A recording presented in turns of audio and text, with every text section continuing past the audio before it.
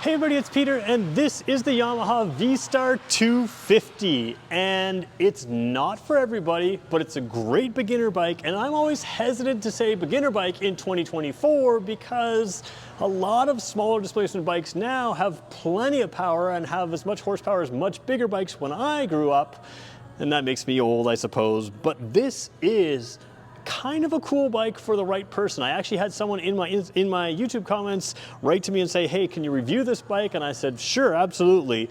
And when I started riding on a little 250 cruiser, a lot like this.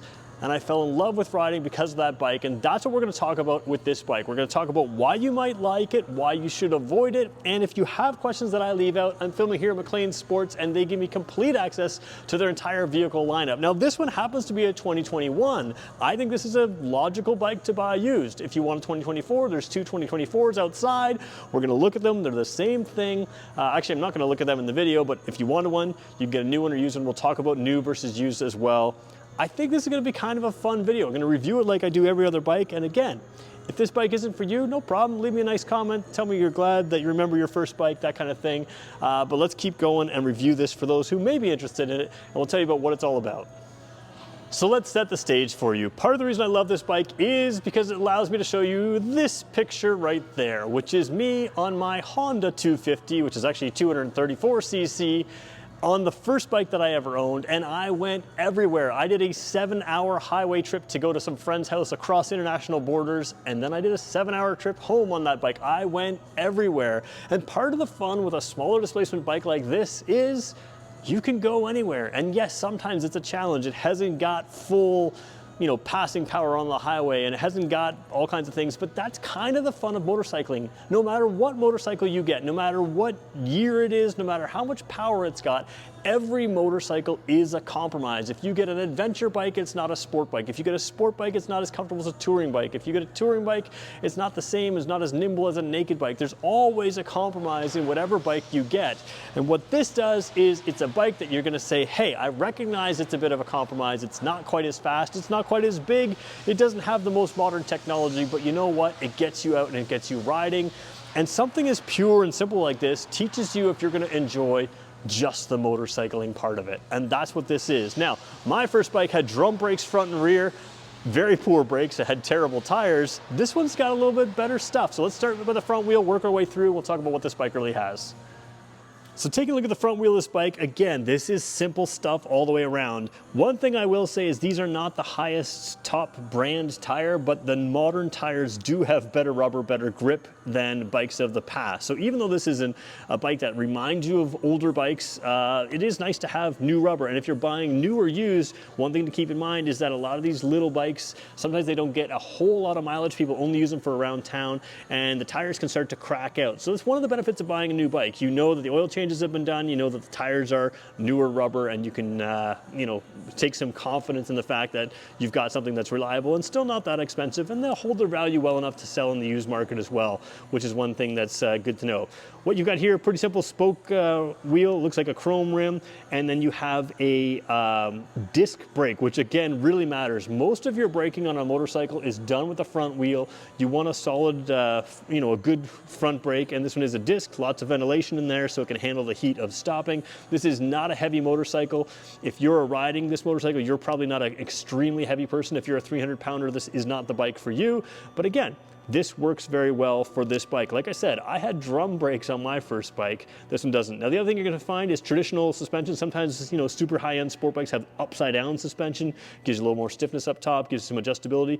No adjustability here, just simple forks, and that's kind of what you want on your first bike.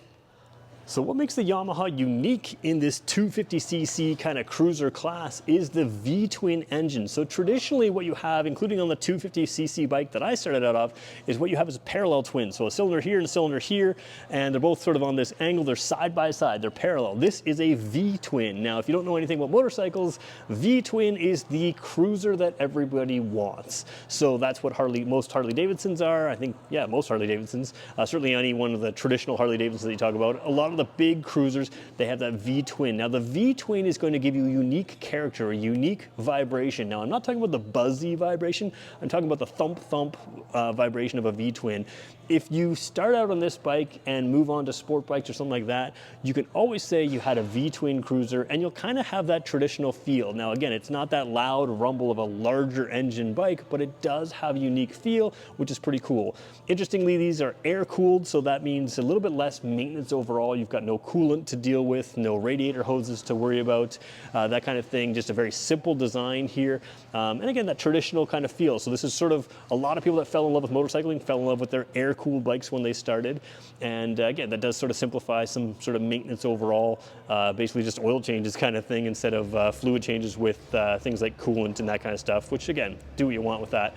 But yeah, the other thing that's unique about these is they are boreable cylinders. So in theory, you could make it a larger bore. You could expand the displacement of this. You're probably never going to do that on this bike, but they do mention that on the website and on the information from Yamaha. So that's good to know.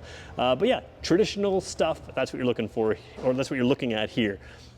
Taking a look at the rear wheel here, you have a 15-inch diameter. So 15-inch diameter rear wheel here. You have an 18 on the front. Now, just so you're aware, modern sport bikes are 17 inches front and rear. So again, cruisers have a little bit bigger wheels in the front, a little bit smaller wheels in the back. And again, this one has that traditional feel. You've got the shocks, one on each side, sort of the progressive spring rate here. So smaller, more connected there, a little bit larger there. What that's going to do is also has preload adjustments. So if you're a little bit heavier, you could adjust that sort of as a one-time thing to handle the weight of yourself, and it's the same same shock on both sides. So you've got two of them, you adjust them to the same setting and you go there. That adjustable, that variable spring weight, what that does is it's really good at absorbing smaller bumps and at bigger bumps. You're looking down here, we talked about disc brake out front, is drum brake out rear. Now drum brakes are basically maintenance free. I mean, there's very little that can go wrong with it. The reason you don't see drum brakes on any other motorcycles is because of the heavier weight and the higher speeds. These can't get super hot like you would on a sport bike. They're also heavier. It is what it is, but it's a cheap, simple brake. And again, most of your braking is done in the front wheel on a motorcycle. Very little of it's done in the rear wheel. Drum brakes are perfectly fine for this, and they will save you some maintenance. They will probably never wear out. They're just simple things, and that's kind of cool to have.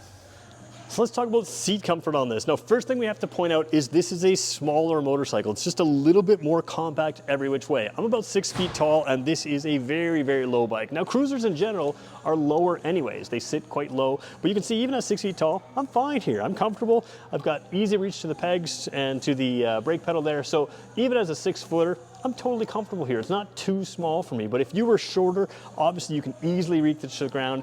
It's not a heavy bike. You can control it just with your hands on the handlebars. You don't have to use a lot of body weight down there. So if you're a shorter rider, obviously this is going to appeal to you, but the overall seating position is fairly squared up as well. It's not like your feet are way out front. So it's kind of a comfortable seating position. And to me, that's one of the benefits of cruisers is cruisers allow you to ride a long time. You could ride this bike for a long time.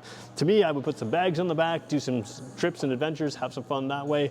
And again, handlebars are not crazy wide, so you're not way out like this. You're in a very comfortable kind of compact riding position. Mirrors are nice and sort of tight to you, but they do clear my shoulders. This one's out of adjustment, so it would clear my shoulders. But yeah, you can see that this works as a very comfortable riding position. You've got rubber mounted large foot pegs there. So for me, I would move that foot peg down or the brake lever down just a little bit on the foot there. But you can see very comfortable, very simple to ride. And again, this is a simple bike overall, so you can feel everything. With a 250cc, you can mess up your shifts and mess up your downshifts, and you can feel it, but you're not gonna be overpowered if you give it too much throttle or something like that. It's very forgiving to learn on, and it's very comfortable. And again, cruisers, the big benefit, a lot of comfort. Figure out how to take some luggage with you and go on a longer trip. You can do that on this bike, even though it's just a 250cc engine. Let's look at what we got here in the dash and some of the controls. All right, take a look at the dash. No TFT display here, no tachometer here, and if you're American, no miles per hour. This is a kilometer per hour. The red there is just reflection off of the wall behind me. So again, no different colors here. It's just white and black. And again, kilometers per hour because this is a Canadian bike. So if you're wondering why it goes to 140 miles per hour, it does not. It is kilometers per hour there. So you can see 80, 100, 110. You know, you're not going to go a whole lot faster than 100 kilometers an hour on this bike. You're going to be sort of full out on that. But what's cool about this is with no tach, it actually, to me, kind of makes it a good learning bike because You can sort of figure out where you have to shift by sound and by feel. You can sort of feel when you're over revving it, but you're not going to over rev. You're going to learn to, put that V-twin in its torque and shift, and you're going to be shifting a bunch, and that's okay. But you're going to be driving that 80 to 100 kilometer an hour range, to sort of that traditional top speed. Just because it'll go faster doesn't mean you can't go on the highway. You absolutely can, but you're going to be most comfortable on those country roads, and that's sort of where most of us like to motorcycle, even with much faster motorcycles. So simple thing. What's cool is you've got a traditional dial down here to adjust the actual dials here. Try to find a car today with the numbers that sort of move up and roll up here on the dials. They're usually traditional, now is the digital style. So again, traditional roll up dial there, pretty cool. This bike's got 72 kilometers on it. There's brand new ones sitting here as well. Let's look at the rest of the controls. Taking a look at the switch gear here, pretty traditional stuff. You've got high beam, you've got low beam, you've got a signal switch right there, and you've got a horn down there. This is also the choke down there. This is a carbureted unit, so I'm not going to explain how to use that in this bike, in this video, but traditionally older bikes had a choke, and if you know anybody who knows how to work on, I don't know, like a lawnmower or anything like that, that's how easy it is to work on this thing. There's not a lot of advanced computer wizardry in this bike. Pretty simple stuff to adjust and tweak and play with and make sure it runs just perfectly. The other thing worth pointing out is you've got sort of cruiser style grips here. Now they are nice and grippy. Sometimes they look a little leather-like with that sort of perforation there, but they feel more rubbery-like. They're pretty good. Taking a look at the throttle side, front brake right there. You've got your kill switch right there and a start switch down there. And again, nice perforations there. Full throttle, no throttle, simple stuff. A little bit of a bar end grab there, which again, this is more style, but it also, if you ever drop the bike, it gives you something else to hit other than your grip, and you can just replace that nice and quick and easy. So kind of a nice beginner bike touch. One other thing I have to show you, which is on this side of the bike, it's straight down. Let's go fully wide angle. Oh, maybe we can see it. Right down here is where your key is. So I'm on a wide angle camera, so it skews the whole view, but that's where your key is. That's a traditional cruiser location. Just worth pointing out that if you didn't see where it was, that's where it is. So let's talk about who this bike is for and who it's not for. Now, this isn't the first bike I recommend for beginners. A lot of time I recommend a lot of the great naked bikes or sport bikes that are in that small displacement. They do have more power. They're going to be better on the highway than this bike. And they also have a little bit more technology, which might be something you want and it might be something you don't want.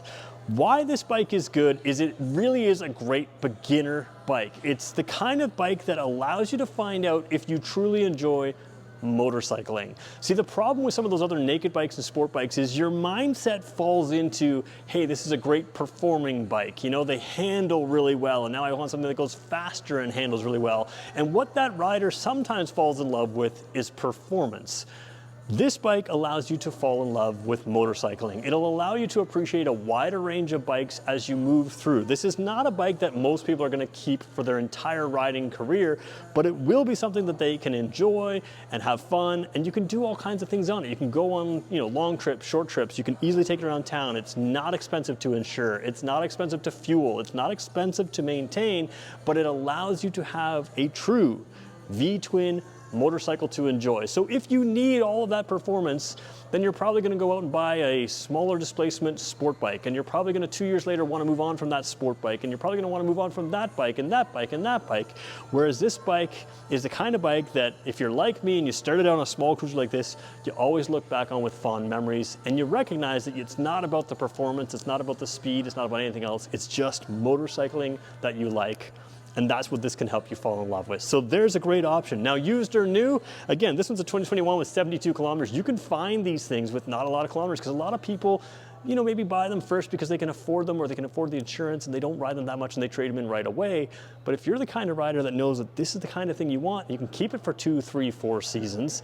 This is the kind of bike that you can really enjoy. You can pick it up used in a good condition. Now, why would you buy new? Well, oil changes have been done. Sometimes people buying budget bikes don't spend the money they need to maintain it. Maybe they didn't change the oil enough times. Maybe they didn't change the oil ever. So what you get here is suspension with seals that aren't broken. You get tires with sidewalls that aren't cracked. You get engines where the oil changes will have been done and that kind of thing. And that's something to consider when you're buying your first bike is, especially some of these bikes move through multiple owners, you never know the history. So buying new, buying used, it's up to you. What I would do is buy here at McLean's and then you're all set. So that's my review of this amazing little 250 bike from Yamaha. Again, that V-twin, kind of cool. If you have further questions about this bike or anything that you know, I have on this channel, make sure you subscribe. We're going to talk a lot more about beginner bikes, so feel free to subscribe to this channel for that. And again, if there's questions that you have for me, I'm filming here at McLean's and they'll give me complete access to their entire product line. I have no problem bringing this bike back on video, making a future video for you again. Maybe I'll even get to drive it this summer. We'll talk to you soon.